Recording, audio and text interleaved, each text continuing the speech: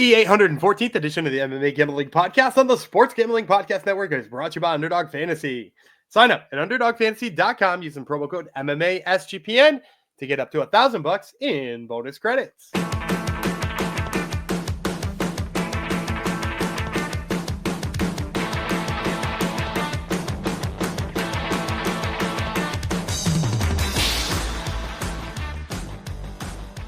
Heidi ho, DeGenerinos. Welcome to episode 814 of the MMA Gambling Podcast, the Sports Gambling Podcast Network, dedicated to Rufus Jackson, one of our friends on YouTube, who commented GFL never alive, which is true. Instead of GFL never die. Thanks for coming to the show. I am Blasto Seppo, Jeff Fox, and we're heading over to Japan, not just anywhere in Japan, the Tokyo Dome in Japan. Rizin has a massive event going down. They better be big if they're planning on packing the Tokyo Dome with it. So you people like Rizin, we're going to cover Rizin. I'm not covering it alone, obviously. I got my friend Riding Shotgun, Daniel Gumby Reeland, the king of regional MMA. Tell the people where you're at this year for regional MMA. We're up only about 5 units on the year, but that's picking the top 5 fights on every single fight card and playing them at just 1 unit. So, like, not a reasonable way to approach anything. Right. But, in the black is always better than otherwise. We've got a little ways to go before, believe it was 48 units up we were last year. Yes. So a little ways to go from there. But we're on the right trajectory because we just had a nice 3-unit weekend. And this card, we don't have odds yet, if I'm not mistaken. Right. No, I haven't found it yet. But Rizin sometimes surprises you with some pretty damn good lines. Yeah. As long as it's not like a weird squash match, which, by the way, is so I'm going to preface this because people are going to click on this video and you're going to see Rizin preview. And, maybe you're already one of the people who fast forwarded through this to get all the way to the pit fight picks. But like, if you're listening to this and you're hearing me, so we chose to do the heavyweight tournament because there's 4 fights. We always do 5 fights on here, 4 fights. And there's a title fight. We did not choose many high-profile fights that are above that heavyweight tournament. And the reason for me is just like, I could sit here on this video and give you 4 minus 750 favorites who are probably going to win. And I honestly think that's probably what's going to happen with a lot of these fights is there's going to be some like massive numbers, real ugly. I could sit here and give you those, but like it's not... A, it's not educational. B, it's not entertaining. And I'll throw, if you really, truly want to hear some of my takes on the fights that I think ultimately will be squash matches, listen in for the lightning round at the end. I got 3 for you, and they should all be pretty easy winners.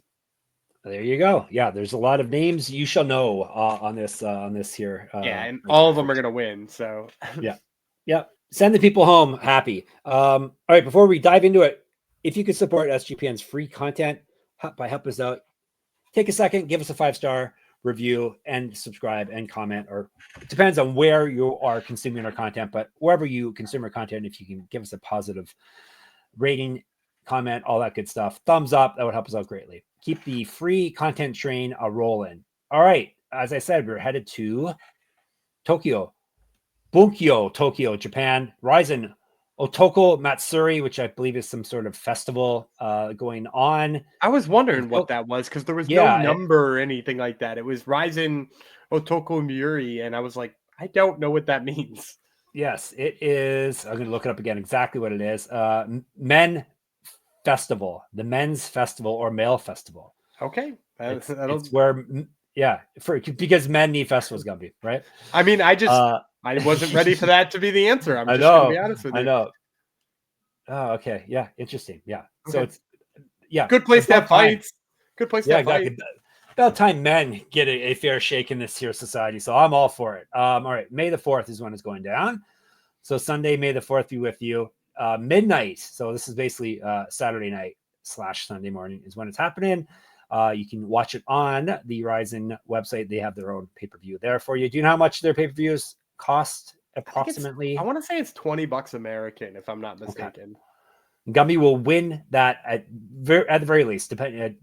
Even if you're betting small amounts, Gumby's going to guarantee you get your $20 back, right? I'm not going to guarantee anything. I don't guarantee anything. No guarantees here. No leans though either. All right, we got 16 MMA bouts, 2 kickboxing bouts. It's in a ring. It's in the Tokyo Dome. It should be fun. We're kicking things off with the heavyweight tournament. So the tournament, it is how many people? What's it for? Do you know any of the details behind It's it? just a heavyweight Grand Prix that they're going to run over the Yeah. course of this year. I'm sure they get like a 7,000-pound Grand Prix belt that they're gonna have. It won't be as big as the ONE FC ones that are just like they make Mighty Mouse look like he's a tiny Yes. tiny child. But like they usually come with a big belt or some like goofy trophy. And so like I'm sure it's for something like that. I don't know. Do they have a I'm trying to remember if they have a heavyweight champion currently. Keep talking. But like regardless, like it's a not one night tournament. They're gonna do it over the course of the year. It's 8 fighters. We're gonna break down all 8 of the quarterfinals today. And then we'll I think you'll enjoy this big sloppy fatty tournament. Imagine if they had made them fight all in one night. That would be fantastic, wouldn't it not? So sloppy. It would be very sloppy. I don't think they have a champion currently. Okay, so maybe they win that too. Yeah, they sure like their tournaments though in Rizin. The only champions that are listed on the old Wikipedia: lightweight, featherweight, bantamweight, flyweight, women's super atomweight. So maybe they have to start, getting champions crowned and all that jazz here. Perhaps that's what it's for. Doesn't matter. It's going to be fun. Gumby promise is going to be fat and sloppy, right? Just the way we like it. I'm hoping. Did you know much about the fighters in it? Did you have to do much research? I mean, like I've seen Ueda fight. Daniel James is an American dude. I've seen I actually saw Soldatkin fight Baktybek in their, was it 2019? I think they fought each other. Sudario is the sumo wrestler turned MMA fighter. We've talked about him before on here. So I've seen a lot of these guys throw down before. Excellent. All right, let's break her down. We're starting with Mikio, Ueda, Shoma, Shibisai. They are both from Japan. 3 5-minute rounds if they need it. No odds, but Gumby can give you his guesstimates here. Shibisai is 10-3 with 1 no contest, 4 knockouts, 6 submissions. So finished everyone. He's been knocked out twice, so he owes his rounds. 5-2 in Rizin. He's won 3 straight and 6 of 7. However, he's not fought since September 2023. He's not lost since December 2021. He went 1-0 in Bellator 2012 Pro MMA debut. 4-2 in custom rules fighting. He got a draw in his 1 pro kickboxing bout, an inch taller than Ueda. Ueda is 4-2 with 4 knockouts. He's been knocked out once, submitted once. He definitely owes his rounds. 3-2 in Rizin. He's won 4 of his last 5, including his last bout via TKO. What else? Used to be a super heavyweight. 1-0 in pro kickboxing. 3-1 in pro karate. 4 years younger than Shibisai. Yeah, he's a big dude who you might not expect to be as good at kicking as he is. But he's got some really fun low kicks. He throws to the body. He actually, if I'm not mistaken, that last win is a TKO victory over Sudario, who we're going to talk about later on. And it was by head kick. So like Ueda gets those kicks going. His takedown defense isn't the worst thing. Like I think there's obvious holes in it if he were to get later in this tournament and fight some of these other guys. The good news for him is I don't think Shibisai is the type of guy who's going to take advantage of it. And even if he does take advantage of it early, the cardio of Shoma Shibisai has been just kind of terrible. Like, do you know the Japanese fighter who Rizin has on sometimes? They call him Shrek. I want to say his last name, Hideki Sheik or Shaik. He's like 46 years old and he's a former pro wrestler or something like that. Yeah. But he just wore out Shibisai. And I was like, you're supposed to be in younger and better. I mean, like everybody's supposed to be in better shape than that guy who's like old and burnt out. And yet like he outworked him and he made him tired.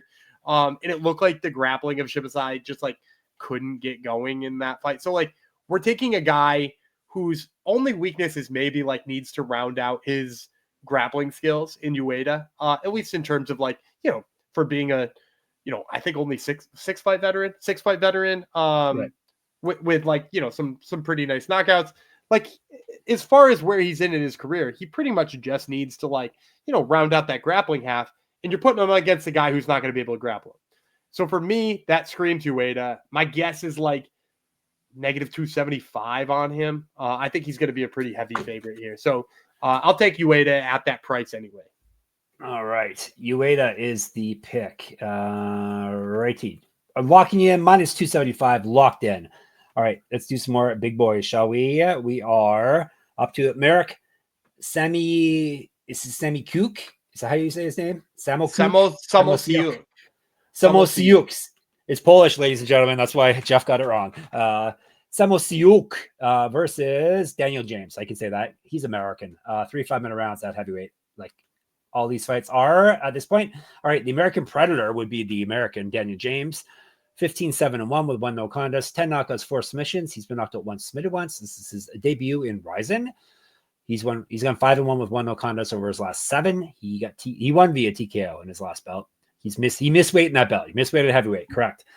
1-0 in PFL, 2-1 with 1 no contest in Bellator, RIP. 2014 Pro MMA debut, 6 inches of height, 4 inches of reach over Samociuk. Samociuk, 7-4 with 4 knockouts. He's been knocked out 3 times, submitted once. 5-3 in KSW. He's won 3 straight. Before that, he had lost 2 straight. He's not lost a belt, though, since April 2023. He used to fight down at 185, 15 years younger than James. Yeah, I'm going to take Samociuk here. I think this is a good spot to get in on somebody who will most likely be an underdog. People seem to like Daniel James. He's really explosive. He's got a little bit of his own grounded pound going, but he's kind of had a little bit of trouble with other people wrestling. I don't really trust his cardio either, as long as we're going down that path one more time. And like his striking, it's just not refined. It's just like big haymakers. He wants to knock everybody out with something spectacular every time he throws. And we saw, was it PFL he was fighting in when Gokhan Sarakam just sort of wore him out and beat him up. And so, like, I don't like that for him in the first place. And then when you look at the striking of Samociuk, like, he's kind of the opposite of Daniel James. Daniel James is like, I'm going to throw a haymaker from my back pocket every chance you step close to me. Whereas Samociuk is like kind of pretty well put together in terms of being a heavyweight in his striking. He's got a lot of low kicks. In fact, he's got a low kick TKO on his record too, somewhat recently, where he's just chewed up somebody's leg and not really in all that much time because it's like well placed, it's fundamental.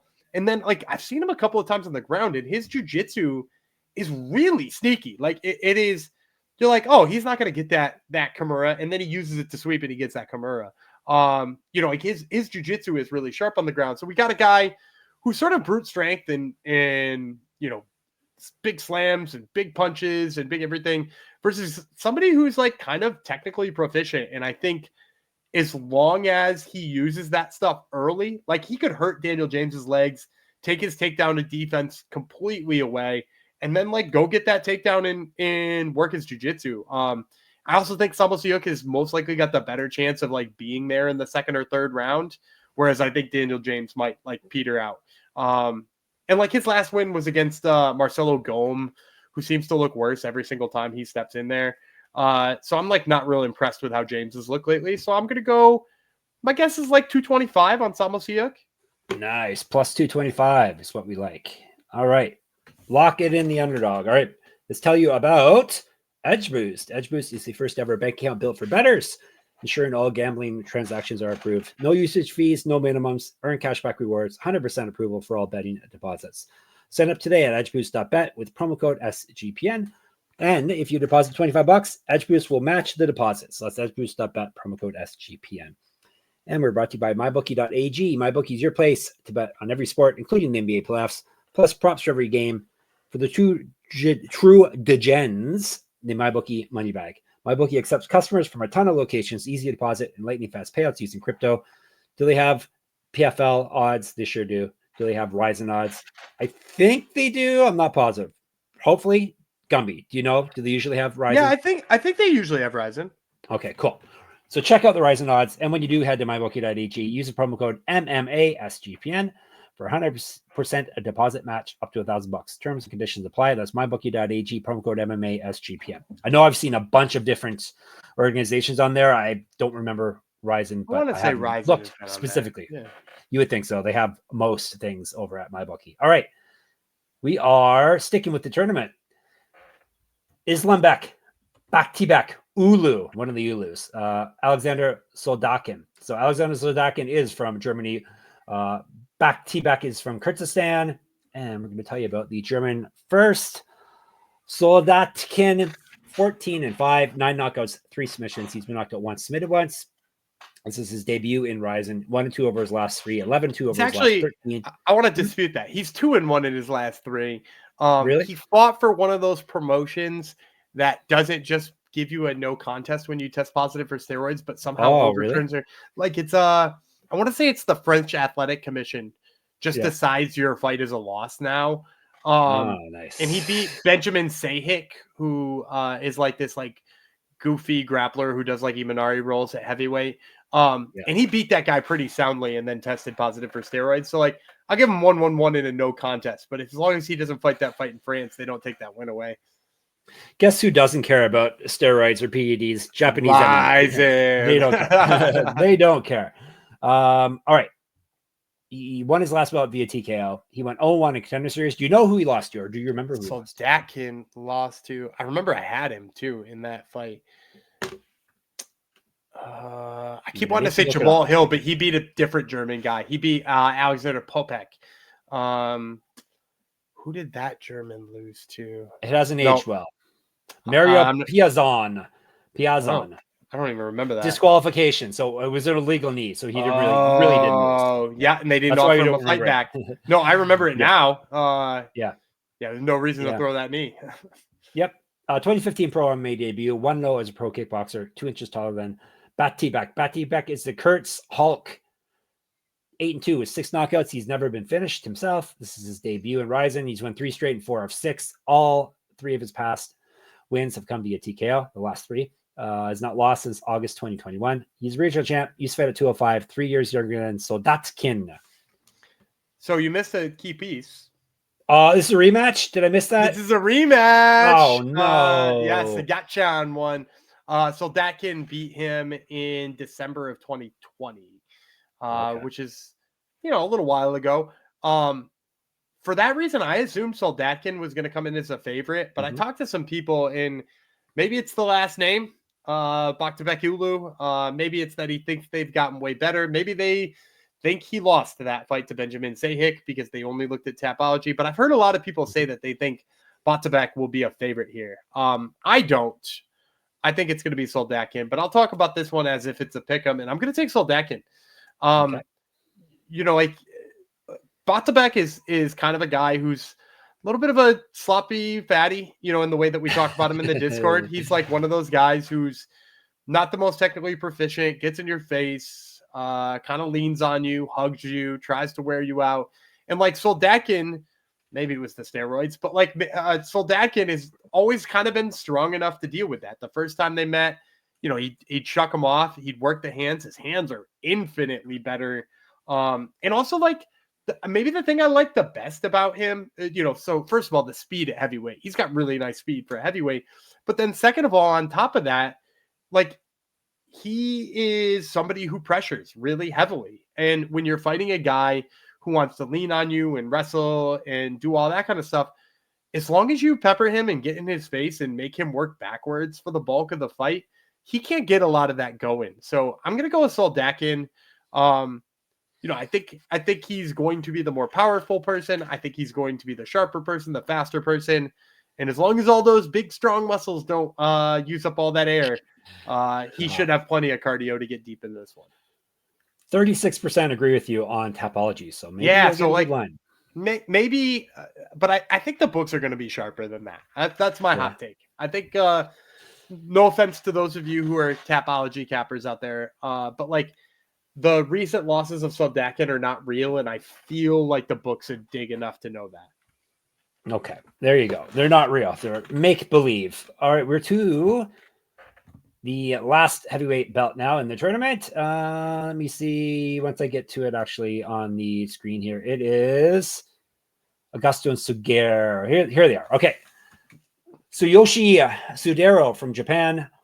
Jose Augusto from Brazil. 3 5-minute rounds. Let's break her down. Tell you about Augusto. Juju or Gugu. Gugu Gaga. Gugu Gaga is his nickname. No, Giu. 10-4, 1-0 contest. He's been knocked out. He's knocked out 6 people, submitted 2 people. He's been knocked out once, submitted 3 times himself. He owes his rounds. That's close enough. This is his debut. He's won 3 straight. Before that, he lost 2 straight. He won his last bout via TKO. He's not lost since March 2022. He went 2-2 in Bellator. He's a regional champ. He's fed at 205, 2012 Pro MMA debut for him. Oh, yes. Sudario. He has another name. Takanofuji Sanzo. He's 9-3 with 8 knockouts. He's been knocked out twice, submitted once. He has his rounds. All those fights have taken place in Rizin. He's gone 3-1 over his last 4. TKO win in his last bout. He was a sumo champion. He's 5 years younger than Augusto, 3 inches of reach on him. So I think Sudario, man, this one's hard for me to call in terms of the number, because like Sudario had this like wild hype behind him when he moved over from being a sumo wrestler to an MMA fighter, because like who doesn't want to hear about that? Like who doesn't want to hear about, like, you know, we always hear a kickboxer came over, collegiate wrestler came over. Who doesn't want to hear sumo wrestler came over? So for like, he had a huge amount of hype, and then to his discredit, not his credit, but to his discredit, he started working on his striking. And by God, does he want to prove to you that he has worked on his striking? That's a problem. And it's good to want to round your game out, but it's a completely different thing to go toe to toe with Mikio Ueda and decide that you're going to be the better kickboxer than the guy who's kickboxed for the bulk of his life, or did karate. I think he was a karate guy, but like, and that's my problem with Sudario. It's just that, like, I don't trust his game planning at all. I think he's like a one-track mind. Like, I got good at this, I have to do it now. Or I got good at this and I have to do it now. And then on the other hand, like Augusto, like he's pretty quick for a heavyweight. Like he's got a really nice 1-2 combo that he throws. You know, he's a jiu-jitsu guy. So like, even if Sudario does decide like, you know, I'm going to be the bruiser and put him up against the cage and wear on him, like, Augusto could find a guillotine in there too if he's like too one-track mind finding that double leg. I think maybe my like only reservation in this one about Augusto is like he is a former 205er who gained weight and doesn't look like he gained it. He gained it the Ryan Span way and not the he gained it the Ryan Span way and not the Kennedy Nzechukwu way. And like that's a concern. He's looked mostly okay since coming up, but like that's how he gained it and not the other way. So like I could see Sudario like being the more physical and tougher guy, but I could also see Sudario deciding to box with a guy who's a better boxer with him. So I'm going to take Jose Augusto. Man, I don't want to just pass on telling you a line because I have no idea what the public thinks of Sudario after that last fight. He came in with so much hype and then like was quickly like, I don't want to call it a fraud check because it was just bad game planning, but like was instantly checked in that hype. So I don't know, call it a pick 'em. I'll take Jose Augusto. I can tell you what the well, at least what the Tapology public thinks. 29% on Sudario. Okay, so the Tapology public is off of Sudario. It'll be 21%, even worse actually. It'll be interesting to see if the betting public is as well. Yep. All right. So Gumby's in. You might get a terrible line on Augusto, who's kind of who's gained weight the Ryan Span way. All right. It's time for Gumby's, a bonus underdog pick'em play. It's underdog pick'em. You can play any sport and win up to 100 times your money. Let her rip, Gumby. I'm going to take the higher than on Garrett Crochet's strikeouts. We're talking Tuesday. That's the time we are publishing this episode. So we're talking about Tuesday. Garrett Crochet playing Jeff Chalks's Toronto Blue Jays. We're going to go with the higher than projection on his strikeouts. The dude has been nothing short of phenomenal this season. And Blue Jays can't hit, so that makes sense. It all adds up. Take that and take our promo code MMASGPN, and that way you can claim your special pick and first-time deposit offer up to $1,000 in bonus credits. So underdogfantasy.com, promo code MMASGPN. And Rhythm, RITHMM. Rhythm is your home for AI-backed picks and props. Dominate the NBA playoffs and MLB prop market with Rhythm. Building your own model is simple and easy. Rhythm knows you'll love it. That's why they include a 7-day free trial. Check out all the Garrett Crochet prop plays over there on Rhythm, not prop plays, all their projections on Rhythm. And check out also their amazing deals that are going on right now. 25% off a monthly subscription with promo code SGPN25 and 50% off an annual subscription with promo code SGPN50. So SGPN25, SGPN50, RITHMM Rhythm. All right, main event is not heavyweights. These guys most definitely are not heavyweights. It is for the featherweight. Rizin Featherweight Championship of the World. Kleber Koike? Is it Koike? He doesn't go by Herbs anymore, it looks like. Kleber Koike versus Razhabali. I still have Herbst on the little graphic on the bottom here. Okay, good. Good. I don't know why good, but good. Razhabali, Shaydullaev. So Brazil versus definitely not Brazil. He is from Kyrgyzstan. All right. 5-minute rounds. No, 3 5-minute rounds. Have we discussed this about Rizin before? Is it really just 3? 3-5. Yeah. All right. 3 5-minute rounds. Tell you about the challenger first. That would be Shaydullaev. Easy for me to say. 12-0, 3 knockouts, 9 submissions. He owes his rounds. 3 of those fights have taken place at Rizin. Used to fight down at bantamweight, 11 years younger than the champ. Koike Herbst is 34, 7-1 with 1 no contest, 2 knockouts, 29 submissions. He's been knocked out. Oh, sorry, he's been submitted once, so he's durable. 9-1 with 1 no contest at Rizin. He's a champion 2 times over. He just won the belt back in his last bout. 3-0 over his last 3, obviously. 3-2 with 1 no contest over his last 6. He went 0-1 Bellator, RIP. KSW champion in a past life. He used to fight at 135 or 155. 2008 pro MMA debut. 1-1 as a pro shoot boxer. 3 inches of height over Shaydullaev. So I think Herbst is going to be, even as the champ, an underdog here. I think you're going to see him at like plus 200. You can get Shaydullaev at probably negative 225. And I'm going to take Shaydullaev. As much as I love the grappling game of Kleber, and I just have been hoping he could keep that stuff going all the time, this is a nightmare matchup for him. He's fighting a guy who submitted Juan Archuleta. He armbarred him in the first round pretty easily. In his last fight, he went out and beat Kubo up terribly. Like just an absolute savage beating. The guy's got hands. The guy's got wrestling. The guy seems to be the real deal.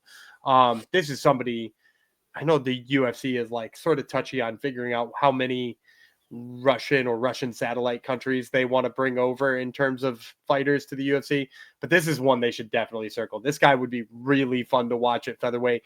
I think he beats a handful of people in the top 15 for sure in the UFC. And like, as much as I like Kleber, he sort of rounded his game out a touch more, but he is kind of still a one-trick pony. He's kind of still the jiu-jitsu guy who gets away by his jiu-jitsu just being that much better. And here in this fight, I think he's just going to be punished every time he tries to use it. And it's not like Shaydullaev doesn't have jiu-jitsu either. What it takes to armbar Juan Archuleta, I think is, I think that speaks volume for the type of jiu-jitsu he brings. So I'm going to take Shaydullaev.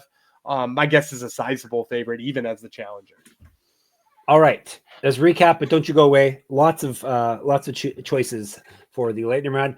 He's got Shaydullaev. He has got Augusto, Soldatkin, Samociuk, and Ueda. All right, lightning round. Zap, bam, boom, pow. We have 11 other fights to choose from. Gonna be lots of familiar names. Yeah, so I teased you guys at the beginning of the show. I don't think there's very much value on these other fights, even though there's big names that I'm gonna say right here. I think this fight card is fun, but like the only closer fights are in this heavyweight tournament. So, I'll throw out some names there. John Dodson is in a fight that I think is a squash match. Danny Sabatello is fighting. Granted, he's fighting a pretty damn good wrestler, which could make that a little bit more interesting, but he's probably going to be a big favorite. I'll take him there. Sakuraba is fighting again, the junior Sakuraba, and we saw how good he was in the first pro. He's in that first pro fight. I think we got him at like plus 300 because everybody was like, he's 0-0 and fighting a guy with 30 pro fights. And he dispatched him pretty easily.